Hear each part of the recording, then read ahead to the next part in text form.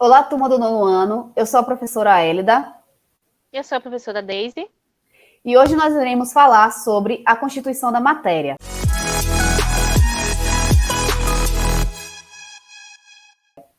Primeiramente, eu gostaria de conceituar átomo com vocês. A palavra átomo, ela vem do grego, onde a vai significar não e tomo vai significar divisão. Logo, a palavra átomo, ela vai significar indivisível. Esse nome ele foi concebido pelos pensadores gregos Leucipo e Demócrito. Eles partiram do princípio que, por exemplo, se você pegar uma pedra e partir essa pedra em diversos pedaços, vai chegar num certo momento onde vai ter uma partículazinha de pedra que você não vai mais conseguir dividir. Essa pequena partícula eles definiram como átomo, mas esse conceito de átomo ele não é mais utilizado. Atualmente, o átomo é a menor unidade que constitui a matéria. E mesmo com tanta tecnologia, não é possível ver um átomo isolado. Mesmo que a gente pegue 1 bilhão de átomos e coloque ele enfileirado, um atrás do outro, ele não chega na espessura nem de um fio de cabelo. Mas mesmo sem poder vê-lo, os cientistas comprovaram sua existência. E assim surgiram, então, os modelos atômicos, na busca de descrever a estrutura do átomo. Então, agora a gente vai conhecer um pouco de cada modelo atômico que eu vou falar aqui hoje. O primeiro modelo atômico é o modelo de Dalton.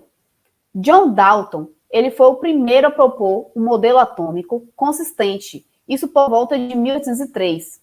Dalton, ele acreditava que o átomo era pequenas partículas esféricas, maciças, ou seja, não era oco, indivisível e indestrutível, e ficou conhecido como bola de bilhar, aquelas bolas de sinuca. O segundo modelo atômico era o modelo atômico de Thomson.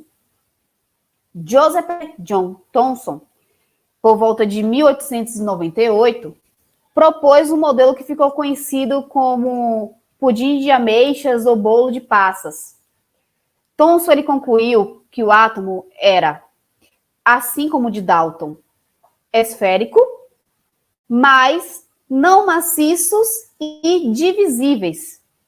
Ele comprovou a presença de partículas com cargas negativas, os elétrons, menores que o átomo e que se situavam numa região, essa região vermelha aqui, com carga positiva. O terceiro modelo é o modelo atômico de Rutherford.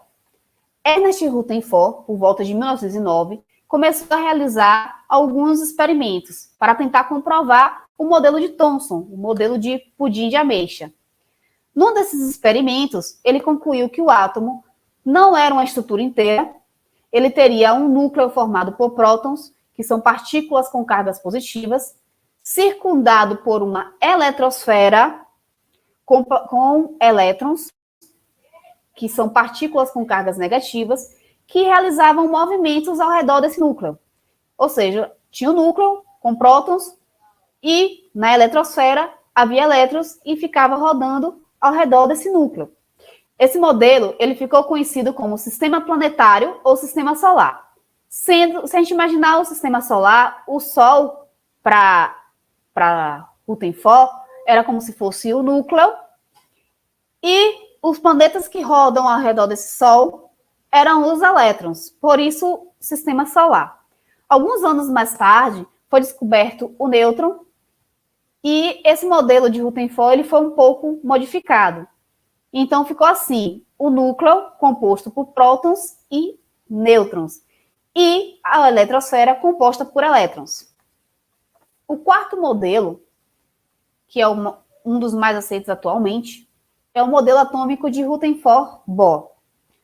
Ao longo do tempo, os cientistas eles foram percebendo algumas falhas no modelo de Rutherford, principalmente em relação aos elétrons. Eles se perguntavam o seguinte: como é que esses elétrons ficavam rodando na órbita em volta do núcleo sem ser atraídos por esses prótons que estavam lá nesse núcleo? A gente sabe que carga positiva com carga negativa tem tendência a se atrair. Já carga negativa e negativa se expelem, positiva com positiva se expelem. Então, como é que isso não acontecia? Como é que essas cargas negativas que estavam na eletrosfera não eram atraídas pelas cargas positivas no núcleo? E foi em 1913 que Niels Bohr ele propôs um modelo que se baseou no modelo de Rutherford, porém um pouco modificado. Ele aprimorou esse modelo de Rutherford e ele denominou esse modelo como modelo atômico de Rutherford-Bohr. Bohr ele concluiu que os elétrons eles não se movem aleatoriamente ao redor do núcleo, mas sim em órbitas circulares. Os elétrons vão rodar nessa órbita. Em cada órbita, o elétron apresenta energia constante. Quanto mais próximo do núcleo, menor será a energia desse elétron. Quanto mais afastado do núcleo, maior será a energia desse elétron. O modelo de Rutherford-Bohr, ele ficou assim, então. O núcleo, sendo a região onde a gente vai encontrar prótons e nêutrons. E, embora pequeno, o núcleo é a região onde se concentra a maior massa do átomo. E a eletrosfera é a região onde se encontra os elétrons em constante movimento. E é a maior área do átomo, porém de menor massa. Agora eu passo para a professora Daisy concluir o assunto. Bom, agora vamos falar um pouco sobre os elementos químicos e as moléculas. Bom, o que seria elemento químico? Elemento químico é o conjunto de átomos que apresentam características semelhantes. Vamos pensar.